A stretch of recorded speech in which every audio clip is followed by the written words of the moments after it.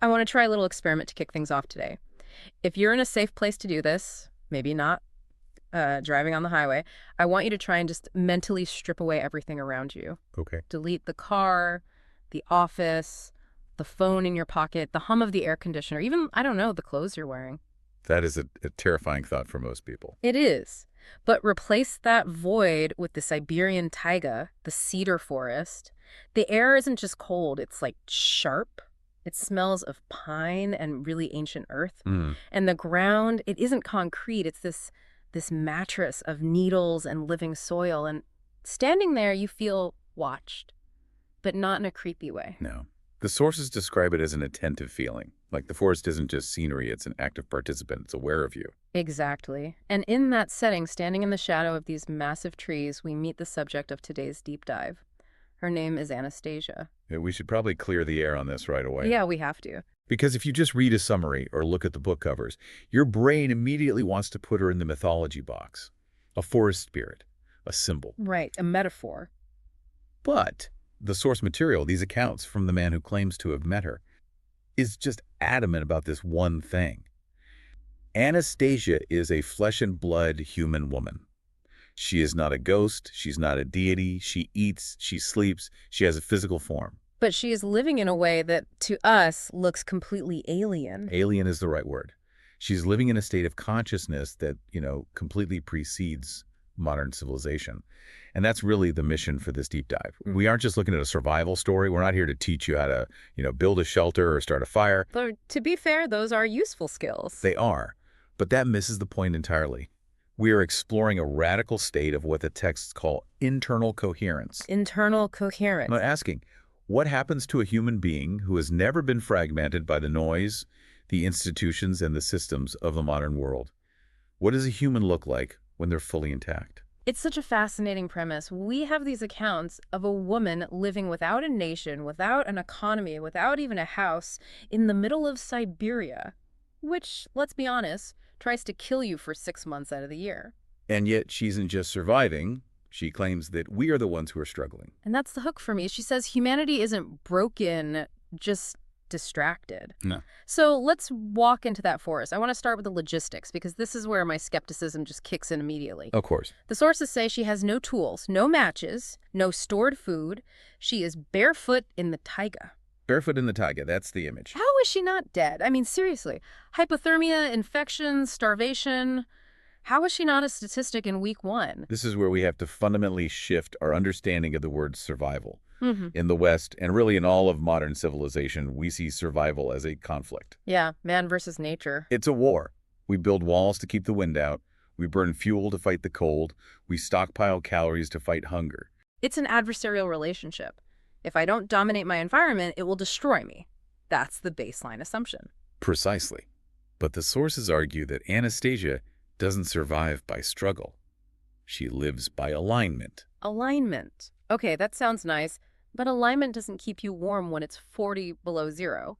Unpack that for me in the context of a Siberian winter. Well, it's about adaptation versus insulation. Think about it this way. Why do we need heavy boots and parkas?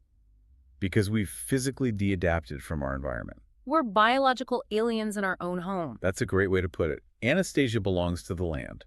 The text describes her body not as a fortress, but as this permeable part of the ecosystem. So biologically, she's different. Functionally, yes.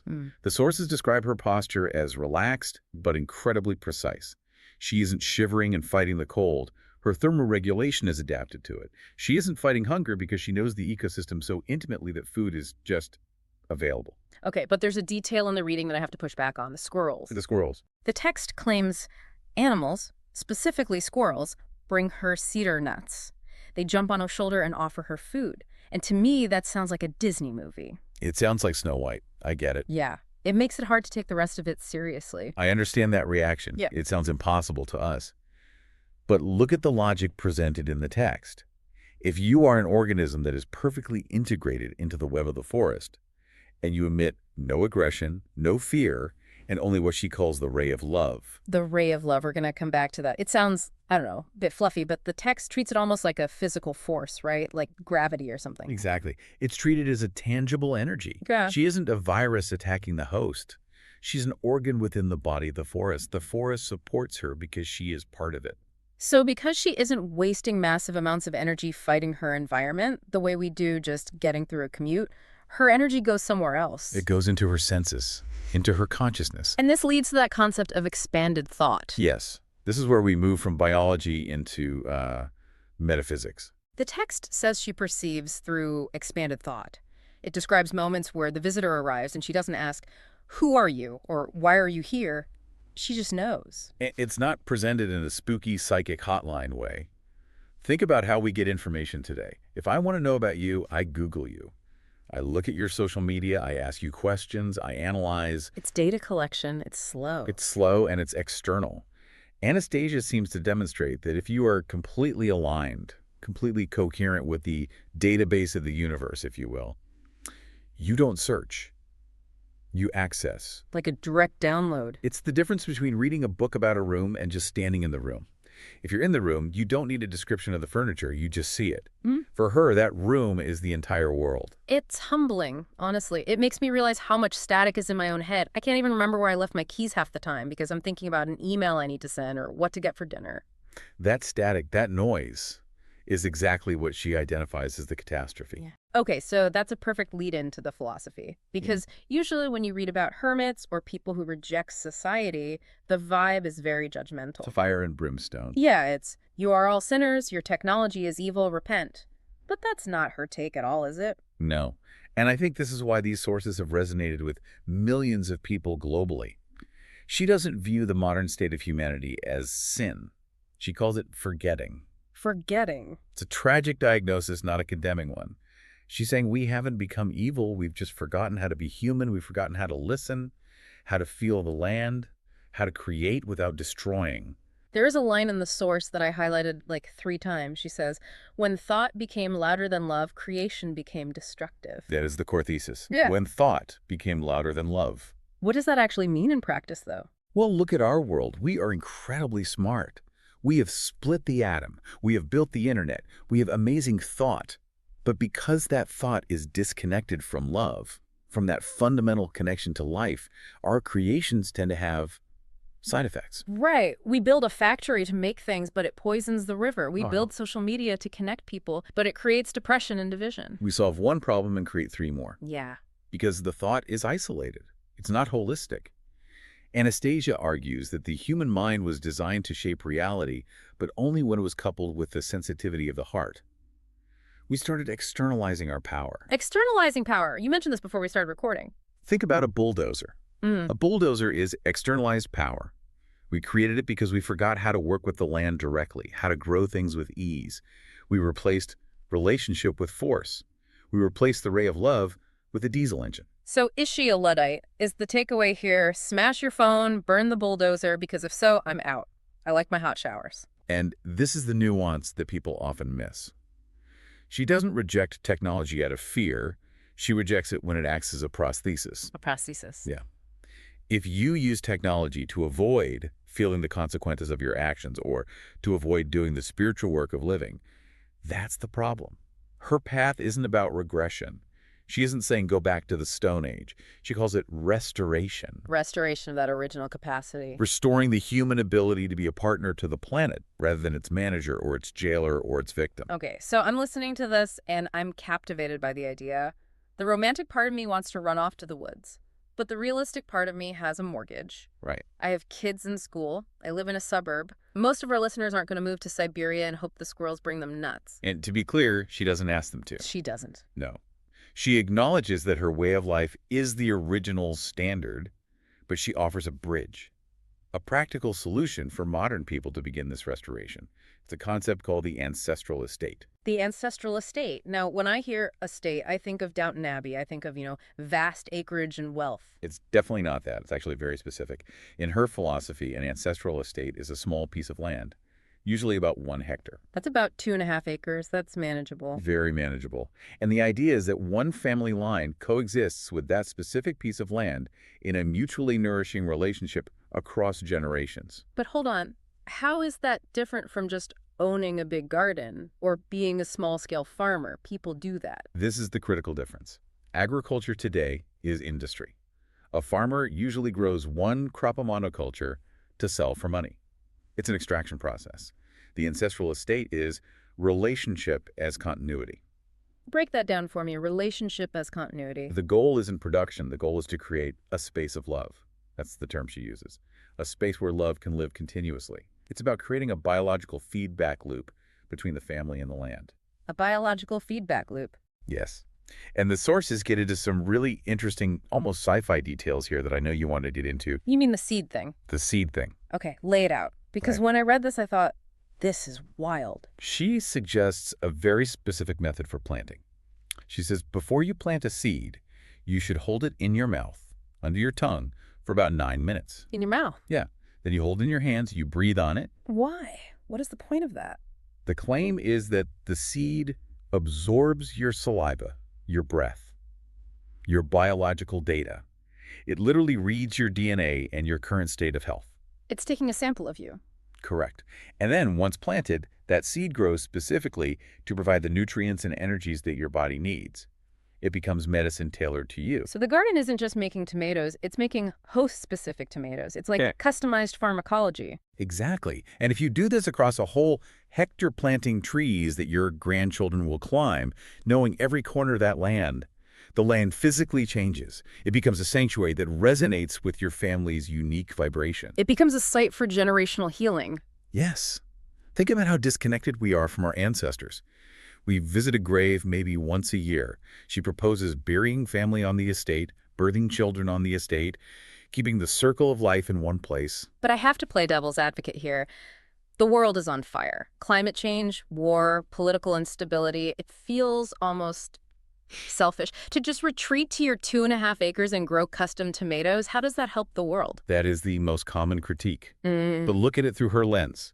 She argues that we try to fix the macro without healing the micro. We sign treaties and hold summits, but we don't know the soil under our own feet. So it shifts the focus from saving the world, which is this huge, crushing, abstract burden, to just caring for 1 hectare. And that's the brilliance of it. There is a quote, "The earth does not need to be saved. She needs to be heard." Wow. She needs to be heard. If every family just listened to and cared for one small piece of land, the global problems, pollution, hunger, carbon sequestering would solve themselves. It's fractal. You heal the part to heal the whole. It's a shift from accumulation, getting more stuff, more land, more money, to depth of relationship. Do not seek truth in accumulation. Seek it in relationship. That's the directive. But this requires such a fundamental change in how we think. And this leads us to the deepest part of this deep dive, the metaphysics. Because she has a very specific view on what thought actually is. She does. And this is where we have to suspend our modern materialism for a moment. She posits that thought precedes matter. We hear mind over matter all the time. It's kind of a cliche. But she means it literally. She's not talking about daydreaming or wishful thinking. She's talking about directed, loving, coherent thought as the blueprint for reality. So this table I'm sitting at, this microphone. Everything physical started as a thought. But she goes further. She believes humans are co-creators. That is our biological and spiritual function. We were designed to be the mind of the planetary ecosystem. What we've been doing a terrible job of it. Because we are creating unconsciously. We're creating out of fear, out of a sense of lack. So the concrete jungles, the pollution, the noise, that's just a manifestation of our distracted, fearful, internal state. Exactly. A chaotic mind creates a chaotic world. A coherent mind like hers creates a coherent world. It's scary to think we have that much responsibility. That's heavy. It is. But she frames it as empowering. She doesn't look at modern humans with pity or disgust. She says, you are not broken. You are distracted. I think a lot of people need to hear that. We feel broken. We feel like a virus on the planet, like we've ruined everything. And she says, essentially, no, you just forgot. The capacity is still there. It says in the text, it is carried in your ancestors, in your bodies, in your children. It's dormant, not dead. Right. And that's why her method of teaching is so unique. Did you notice she never commands? She never hands out a list of thou shalt nots. Yeah, she doesn't hand out pamphlets in the woods. No pamphlets. Yeah. She reveals through demonstration. She stands there, healthy, happy, connected, glowing, and her very existence proves that another way is possible. She's the proof of concept. She's holding the door open. She's not dragging you through it. And she emphasizes that this restoration doesn't require permission. You don't need a government decree to start thinking lovingly. You don't need a permit to connect with nature. You only need remembrance. Remembrance. It keeps coming back to memory. Not learning something new, but remembering something ancient. It's the idea that this knowledge isn't out there in a library. It's in our DNA. We evolved to be this way. We just got lost in a maze of our own, making a maze of artificial needs and artificial fears. So as we wrap up this journey into the taiga, let's revisit that scene. The meeting ends. The visitor has to go back to the city, to the noise. And the goodbye isn't dramatic, is it? Not at all. There's no thunderclap, no spaceship taking off. Ah. The sources say she simply returns seamlessly into the living world. She doesn't linger. She just merges back into the forest. Leaving the visitor and us with what the text calls a quiet knowing. It's the difference between instruction and knowing. Instruction is something you memorize. Knowing is something you feel in your bones. We started this deep dive talking about the ringing cedars. That's the name of the book series, but it's also a physical thing in the text. I want to leave our listeners with that image. It's a powerful metaphor, but in the books, it's described as a real phenomenon. A cedar tree that has been storing cosmic energy for centuries. Eventually, it gets so full of this energy that it starts to hum or ring. Why does it ring? It rings to signal that it's ready to give that energy back. It rings because it remembers humanity as it once was, and as it can be again. It's holding the vibration of that original connection. It's like a tuning fork. Exactly, a tuning fork for the human soul. It's ringing to remind us of who we actually are when we strip away the distraction, the fear, and the noise. So here is our question for you listening to this right now. Maybe you're stuck in traffic, maybe you're staring at a screen. If you get quiet enough, what part of that memory is still ringing inside you? What have you forgotten that you are ready to remember? Thanks for diving deep with us. We'll catch you on the next one.